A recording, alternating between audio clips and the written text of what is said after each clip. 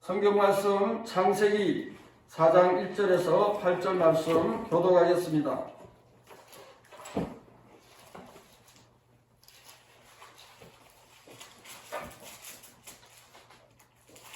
사장 1절에서 8절 찾으신 줄로 알고 먼저 읽겠습니다. 아담이 그의 아내 하와와 동침하며 하와가 임신하여 가인을 낳고 이르되 내가 여호와로 말미암아 등남하였다 하니라. 또 가인의 아들을 낳았는데 아벨은 양심의 자였고 가인은 불사하는 자였더라. 세월이 지난 후에 가인은 땅의 소산으로 제물을 삼아 여호와께 드렸고 아벨은 자기도 양의 첫 새끼와 그 기름으로 드렸더니 여호와께서 아벨과 그 제물을 연락하셨으나 가인과 그의 제물은 받지 아니하신지라 가인이 몹시 분하여 안색이 변하니 여호와께서 가인에게 이르시되 내가 분하여하는 어찌미며 안색이 변하는 어찌미뇨.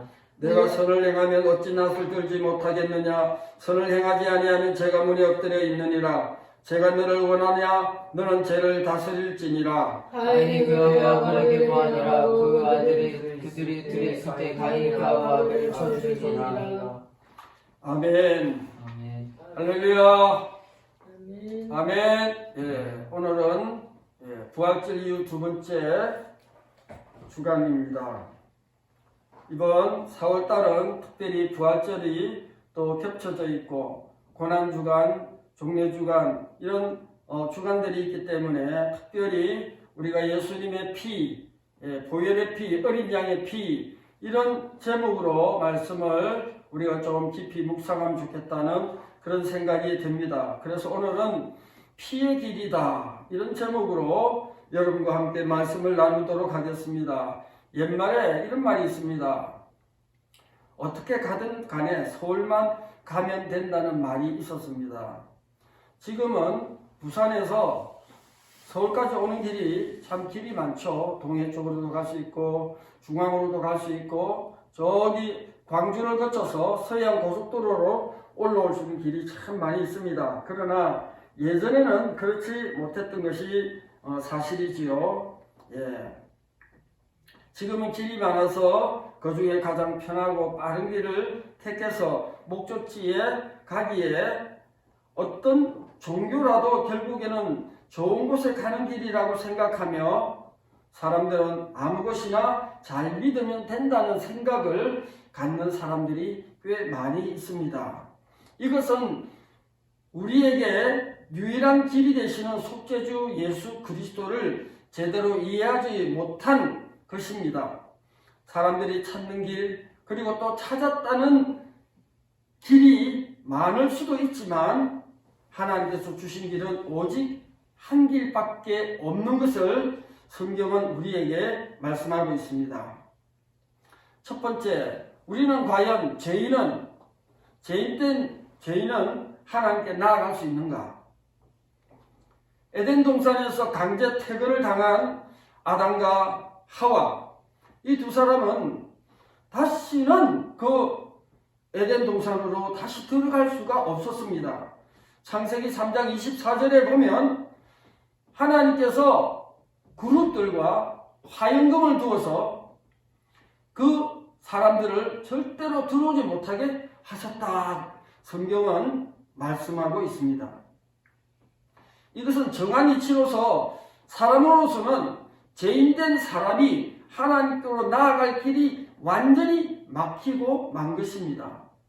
옛날부터 하나님 앞에 나아가 보려고 많은 사람들이 우리 조상들이 보면은 토테미즘 그리고 하늘의 어떤 신, 달과 별들을 보고 우상 숭배했던 일이 있었고 큰 나무 밑에 가서 절을 하고 큰 바위 밑에서 절을 하고 심지어는 뱀에게 신으로 섬기며 호랑이를 섬기며 이런 가전 우상 숭배가 참 많았다는 것이죠. 이것은 근본부터가 잘못된 관념이었습니다. 하나님께 나아가는 길은 완전히 막혀서 사람으로서는 넘을 수도 없고 뚫을 수도 없고 날아갈 수도 없는 상태임을 모르는 것입니다. 조금 전에도 언급했지만 3장 24절에 에덴 동산 동쪽에 그룹들과 두루 도는 불칼을 두어서 생명나무의 길을 지키게 하심이라 그랬습니다. 이렇게 했더니 또 나중에 노아의 후손들은 높은 탑을 쌓아가지고 하나님께 올라가 보려고 했던 것이죠. 그것이 바로 창세기 11장 9절에 나오지 않습니까? 그러므로 그 이름을 바벨이라 하니 이런 여호와께서 거기서 그들을 온 지면에 흩으셨더라. 그 일로 인하여 오히려 인간들에게는 하나님의 진노만 더 샀을 뿐이었습니다. 그래서 흔히들 우리가 살고 있는 지금 이 시대가 종교 만물상이다, 이런 말로 또 이렇게 이야기하기도 합니다. 사람들 가운데는 아예 하나님께 나아갈 생각조차 못하는 이도 많지만 무종교죠. 그래도 좀 생각 있게 살아보겠다는 사람들이 하나님께 나아갈 방법을 이리저리 찾다가 자기의 생각대로 막연한 길을 찾아 가지고서는 도통을 했느니 하면서 그 도를 널리 퍼뜨려서 소위 종교 만물상이 되어진 것입니다. 이것은 하나님을 찾고자 하는 마음이 사람에게 다 있다는 증거입니다. 어떻게 하면 하나님 앞에 나아갈 수 있을까?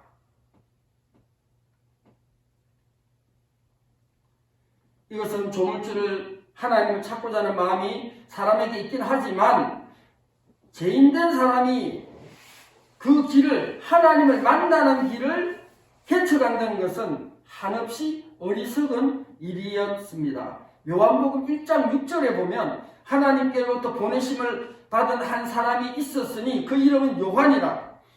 그가 정언하러 왔으니 곧 빛에 대하여 정언하고 모든 사람이 자기로 말미암아 믿게 하려 함이라 그랬습니다. 하나님께서는 생명의 빛 예수 그리스도, 이분을 통하여 제3과 구원과 천국까지의 길을 말씀하셨던 것입니다. 그런데 많은 사람들은 이것을 제껴두고 오직 자기의 방법으로 어떤 신에게 도달해 보려고 하는 그런 모습을 보이고 말았는데, 이것은 더 많은 죄를 증가시키는, 하나님께 나아갈 길이 완전히 막혀버리게 되는 그런 결과를 남길 수밖에 없었던 것입니다. 이사야 59장 1절 2절에 보면 여호와의 손이 짧아 구원치 못하심도 아니요 귀가 둔하여 듣지 못하심도 아니다. 오직 너희 죄악이 너희와 너희 하나님 사이를 내었고 갈라서게 했고 너희 죄가 그의 얼굴을 가리워서 너희를 듣지 않으시게 함이니 그랬습니다. 우리가 하나님 앞에 많은 기도를 드려도 하나님의 응답이 없는 것은 우리의 죄가 하나님을 이렇게 가렸다는 겁니다. 그래 하나님께서 우리를 볼 수가 없다는 거죠. 죄인됨을 깨닫는 사람은 또한 하나님께 나아갈 수 없다는 사실도 잘 알아야 할 것입니다. 로마서 3장 23절에 보면 모든 사람이 죄를 범하였음에 하나님의 영광에 이르지 못하나니, 이런 말씀이 있어요.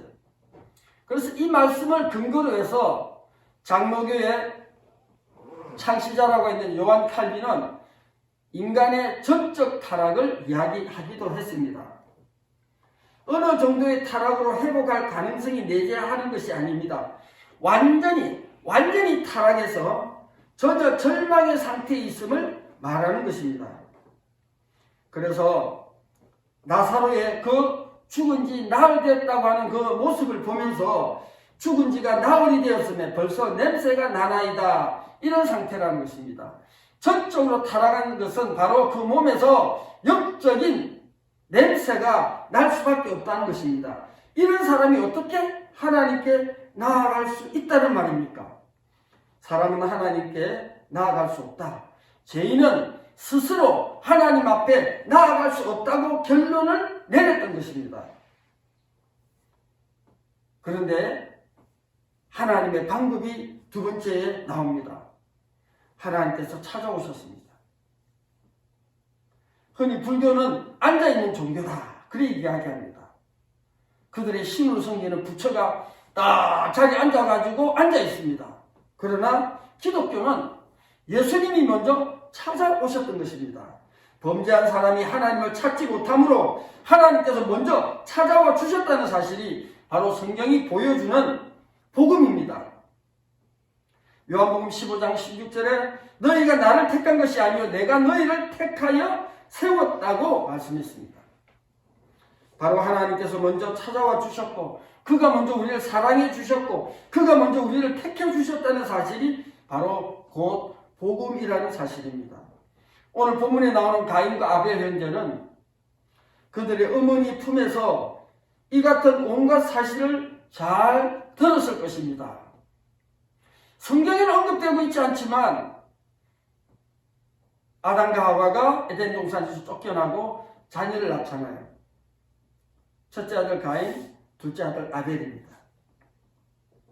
근데 그 아이들이 엄마 품에서 엄마 젖을 먹으면서 과연 어떤 말을 들었을까요? 그 화려했던 에덴 동산의 모습들을 그 엄마 하와는 품에 안은 가인과 아벨에게 이야기했을 것이라고 생각됩니다. 거기에서는 온갖 과실이 주름주름 달려 있었어.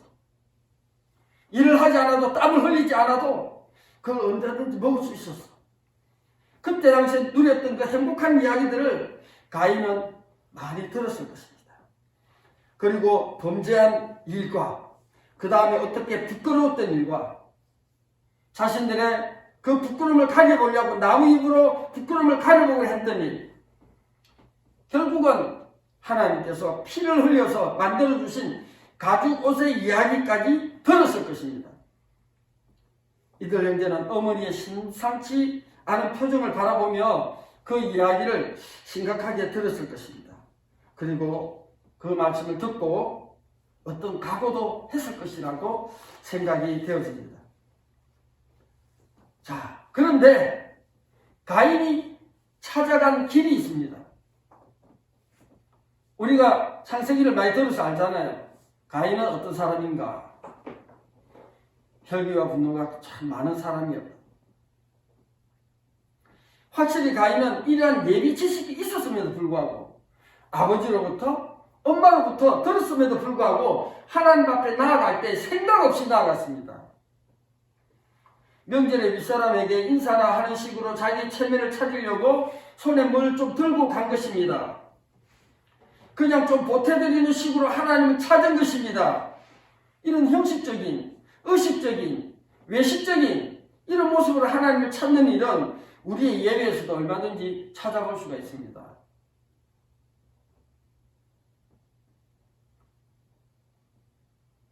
제가 오래전에 KBS 방송국에 갈 때 4시에 녹화 방송인데 2시부터 가가지고 기다렸습니다. 청와대 가려면은 사전 30시간 전에 갑니다. 근데 우리는 하나님 앞에 존귀하신 하나님 앞에 예배드리러 나오면서 어떤 때는 시간을 넘어서 오기도 하고요. 이런 모습은 하나님이 기뻐하시는 예배가 아닙니다. 다른 교회 가서는 다른 어떤 집회 가면은 그 전날 다 준비하고 하지 않습니까? 근데 우리는 왜 교회 예배는 이렇게 드려야 합니까? 이것은 뭔가 생각을 많이 해봐야 될 그런 시점인 것 같습니다. 우리는 가인식의 예배를 절대 삼가해야 합니다. 하나님을 찾는 일에 죄인된 자가 갖출 무슨 체면이나 인사가 필요하지 않습니다. 자기의 지위를 얻은 다음에야 비로소 체면도 있고 지위도 있는 것이죠. 죄인입니다. 우리는 죄인이므로 그에게 나아가 인사드리기나 찾아뵐 수도 없는 주제에 손에 무슨 예물을 들고 찾아 나오는 것은 극히 무섭고 오만한 일이 아닐 수 없는 것입니다. 예수님께 나아갔던 세리와 그 죄인들은 어땠습니까? 주여 나는 죄인입니다 하면서 막 거기서 울면서 통곡하면서 그게 하나님 기뻐하신 예배입니다.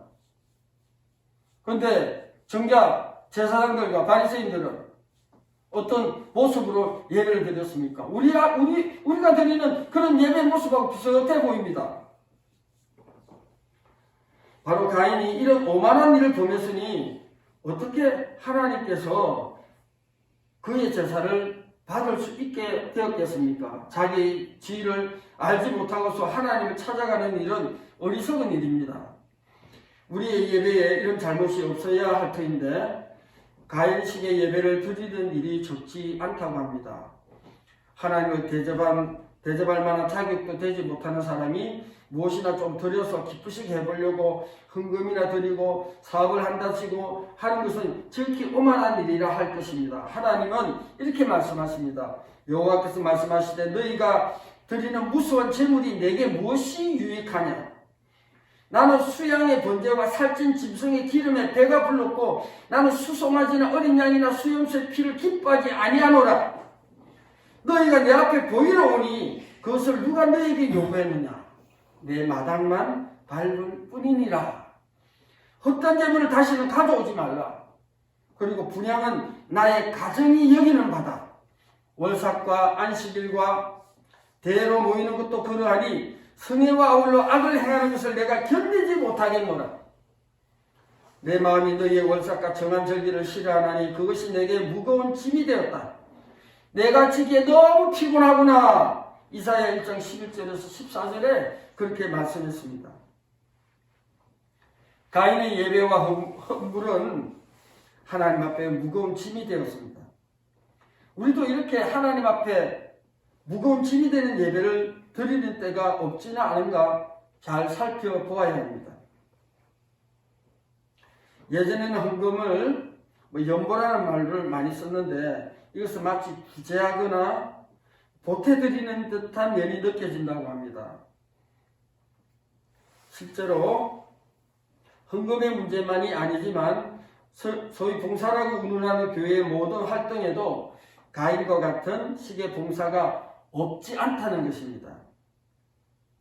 우리가 하나님께서 받지도 않으시는 일을 해서 무엇을 할 것인가? 오히려 이런 것은 범죄함이 된다고도 할 수 있으니 예배드리며 범죄해서야 되겠습니까? 그런 이야기입니다. 우리는 행여나 하나님을 찾으며 이러한 가인식의 길을 걷지 않았는지 살펴보고 잘못이 있을 때는 즉시 그 길에서 돌이켜야 할 것입니다. 자, 가인이 자기 제사가 하나님 앞에 연락되지 않으니까 화가 났습니다. 그런데 동생 아벨이 드린 제사는 하나님께서 기뻐 받으셨어요. 그것을 어떻게 분간할 수 있는가? 하나님께서 가인이 제사를 드렸을 때 그 향이 하나님 앞에 연기가 하늘로 쫙 올라가야 되는데 올라가지 않고 그냥 땅에서 머무르고 있는 거예요. 그런데 아벨의 제사는 어린 양의 피와 고기와 기름으로 하나님께 드렸더니 하나님께서 그 향기가 하늘로 올라가는 것을 보고 허망했다 아니했다 이렇게 이야기를 하곤 합니다. 그러자 가인이 화가 났습니다. 자기가 정성껏 만들어 놓은 땅에 추수한 것 곡식을 가지고 하나님 앞에 드렸는데 그러면 동생 아벨이 드렸던 것은 하나님께서 기뻐 받으셨다면 자신의 예배 방식이 뭔가 잘못됐다는 것을 알고 캐치하고는 다음에 그렇게 하면 되잖아요. 아, 저렇게 해야 되는구나. 그런데 도리어 화가 나서 동생 아벨을 들에 데려나가가지고 돌로 쳐 죽이는 그런 살인의 죄를 저지르고 맙니다.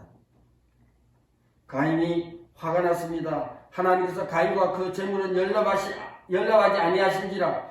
가인이 심히 분하여 안색이 변하니 창세기 4장 5절에 말씀했습니다. 하나님께서 재물을 연락하지 아니하시면 부끄럽게 생각해야 될 것인데 도리어 가인은 분하게 여겼다고 했습니다. 그것을 보면 마치 자기는 하나님 앞에 당당히 나아갈 어떤 권리가 있는 줄로 알았던 모양입니다. 자기는 하나님을 상대할 인물인데 상대해 주시지 않자 오히려 못마땅하게 여겼다는 것입니다.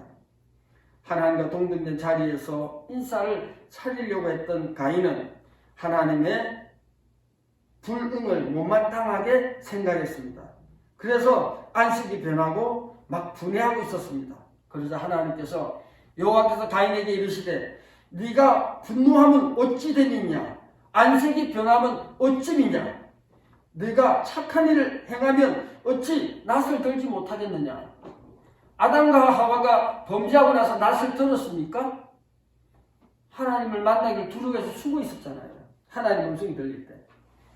서로 행하지 아니하면 제가 문에 엎드리느니라.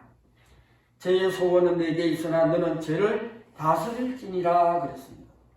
우리는 죄를 다스려야 합니다. 죄를 다스려야 합니다. 가인이 분을 내면서 천부당 만부당한 일입니다. 하나님께서 가인에게 못마땅함을 가르쳐 주었습니다. 제가 문에 엎드려 그 출입을 같이 하니 너는 그것을 막으라고 분명하게 지시했습니다. 그러면 정말 올바르게 된 사람이라면 얼른 돌이켜서 감사하게 받아야 할 터인데 이 말씀을 받지 않은 것입니다. 하나님의 말씀을 받지 않는 죄는 말할 것도 없고 아우를 죽이는 죄까지 범하고 만 것입니다. 이와 같이 죄에서 얼른 돌이키지 못하면 회개할 때 회개하면 현상 유지 또는 플러스 인생을 살게 됩니다. 안 믿어집니까? 그런데 반대이면 회개하지 않으면 어떤 삶을 사느냐? 마이너스 인생을 살게 됩니다. 내가 온 양으로 생명을 얻게 하고 지금보다 더 풍성한 삶을 얻게 하려는 것이라. 예수님이 우리에게 찾아오셨어요. 그러면 우리가 예수를 영접하면은 지금보다 더 풍성한 삶을 살게 된다는 거예요. 그런데 예수님이 오는데 배척한다? 그럼 그 사람은 마이너스 인생입니다. 내 아우 아벨이 어디 있느냐고 가인에게 물어보십니다. 인간으로 태어나서 아우를 돌볼 책임이 누구에게 있습니까? 부모님이 없다면은 그 형이 동생을 돌볼 책임이 있는 것이죠. 형에게는 아우를 업어줄 책임이 분명히 있는 것입니다. 그런데 하나님께서 물으시는 말씀에 가인은 겨우 한다는 소리가 내가 아우를 지키는 자니입니까? 이야기했습니다. 우리가 볼 때는 이 가인은 완전히 죄인의 타락한, 전적으로 타락한 죄인의 모습을 이야기합니다. 우리 믿는 사람들이 하나님의 기도하는 가운데 하나님의 감동을 받았다든지 하나님의 음성의 메시지를 받았을 때는 사람이 숙연해지고 자신의 모습이 완전히 죄인임을 알게 된다는 것입니다. 그런데 가인은 어떻게 내가 아우를 지키는 자입니까? 자기가 살인을 했으면서도 내가 아우를 지키는 자입니까? 하면서 하나님 앞에 되묻는 아주 버릇없는 그런 전적으로 타락한 인간의 모습을 보여주고 있습니다. 마찬가지로 합의받아 구원받은 성도들 간에도 서로 반목하고 질시하고 모략하고 중상하는 것은 아마도 그 성도들도 가인에게서 받은 유전으로 보여집니다. 죄의 유전은 무섭습니다. 그 조상의 죄가 3, 4대까지 내려온다는 성경 말씀이 출애굽기 34장 7절에 있지 않습니까? 한 걸음 더 나아가 생각해보면 죄악의 파도에서 아우성치며 울부짖는 소리를 못 들은 채하며 복음 사명을 게을리하는 것도 가인족에 속하는 일일 것입니다. 우리가 해외 나가서 열심히 선교한다? 여기서 잘해야 돼. 우리 주위에서 잘해야 돼. 우리 주위의 영혼들을 외면하고 오직 외국에 나가서만 하려고 한다. 그것도 바람직하지 않다는 것입니다. 오늘 우리는 때때로 내 아우가 어디 있느냐 하시는 말씀을 귀담아 들어야 하겠습니다. 그러한 마음에 교회 내적인 사랑의 어우러짐이 있게 되고 외적으로는 전도와 선교의 사명을 잘 감당하게 될 것입니다. 아우에 대한 책임감이 없다면 아우를 죽이고 마는 것입니다. 다섯 번째, 아벨의 생각에 대해서 우리 한번 또 생각해 보도록 하겠습니다. 엄마의 품에서 심각한 표정으로 귀담아 듣던 아벨에게는 하나님께 나아갈 길이 끊겨졌다는 사실이 큰 자극을 주었습니다. 어떻게 하면은 다시 한번 하나님 앞에 나아갈 수 있는 그 방법, 하나님이 기뻐하시는 예배, 하나님이 기뻐하시는 제사가 과연 무엇일까 하면서 곰곰하게 아벨은 생각했던 것입니다. 짐승의 가죽으로 옷을 지어 입히셨다는 사실은 더 크게 기억이 되었습니다. 부모들이 스스로 만들어 입은 나무 잎 옷이 있었고 하나님께서 만들어 주신 옷은 가죽 옷이었습니다. 그리고 이 가죽 옷으로야 부끄러움을 온전하게 오랫동안 영구적으로 가릴 수가 있었지요. 그리고 예의도 차릴 수 있었음을 알았습니다.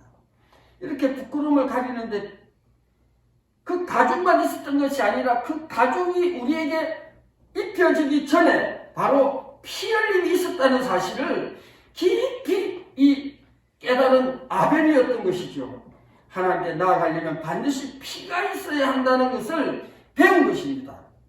아벨은 엄마의 말에 철저히 그 말을 기억하고 있었던 것입니다. 가인도 똑같이 들었을 터인데 그는 그것을 무시했습니다. 먹는 날에는 반드시 죽으리라고 하는 하나님의 말씀을 아담이 하와가 소홀히 한 것과 일치함을 알 수가 있습니다. 우리가 때로 징계를 받거나 벌을 받으면서 그 원인을 생각하지 못하는 것도 바로 가인의 가계, 아비의 악을 자손 3, 4대까지 이르게 한다고 하는 출애굽기 3, 4장 7절 말씀을 우리가 가볍게 여기는 그 원인이 될 수 있다는 사실입니다. 오늘날 우리에게 이런 모습들이 얼마나 많은지 모릅니다. 우리는 수시로 우리에게 침범하는 이 가인의 죄성을 제거해야만 합니다. 그래야 우리가 하나님 주시는 기하 사명을 잘 감당할 수 있는 것입니다. 하나님 말씀대로 살려고 했는데 어떤 유혹의 시련이 찾아왔습니다. 그 유혹 때문에 넘어졌습니다. 그런데 넘어지고 나서 바로 하나님께서 어떤 현상을 보여주셨습니다. 그 현상은 어떤 현상인가 했더니 죄를 짓고 나서 바로 우리의 소중한 것이 악한 마귀가 와서 합법적으로 네가 죄를 지었지, 합법적으로 내가 가지고 있는 그 중요한 것을 빼앗아가는 거예요. 빼앗아간 것을 다시 받아내지를 못했어요. 왜?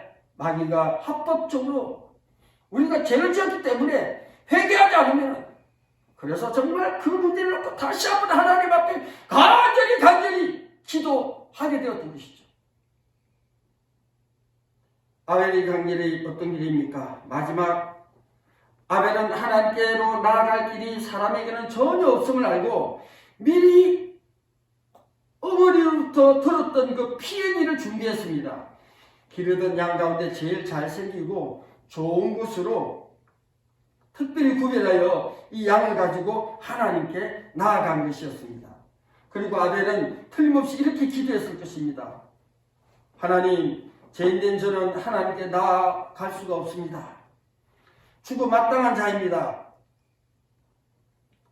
제가 사랑해서 기르던 양을 가지고 나왔습니다.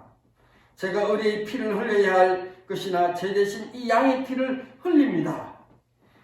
기르던 양에게도 내 사랑하는 어린 양아, 너는 비록 나의 친구였다.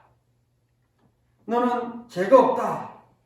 그러나 내가 죽을 것을 대신해서 죽어주렴 하고 양의 머리에 손을 얹고 기도하고 그 양을 죽여 그 피를 흘렸을 것입니다. 바로 이 길만이 피의 길이 하나님께로 나아갈 수 있는 길입니다. 다른 길은 있을 수가 없는 것입니다. 그리고 이는 바로 세상 죄를 지고 오신 하나님의 어린 양의 예표를 우리에게 보여주셨던 것이죠. 어린 양 예수의 피밖에는 어떤 방법도 어떤 종교에서도 속죄할 길이 없다는 것입니다. 아벨은 이 신앙에 산 사람이었기에 하나님을 배울 수 있었고 그가 드렸던 제사가 하나님 앞에 온전히 상달될 수 있었던 것입니다. 이제 결론 마지막 본문 말씀의 피의 길. 하나님을 찾는 데는 오직 피의 길만이 있을 뿐입니다. 절대로 오른쪽 왼쪽 직진으로 가도 서울만 가면 되는 것이 아닙니다. 이 밖에는 죄인으로서 하나님께 나아갈 길은 없습니다. 히브리서 9장 22절에 이렇게 말씀했습니다. 피 흘림이 없은즉 사함이 없느니라 그렇습니다.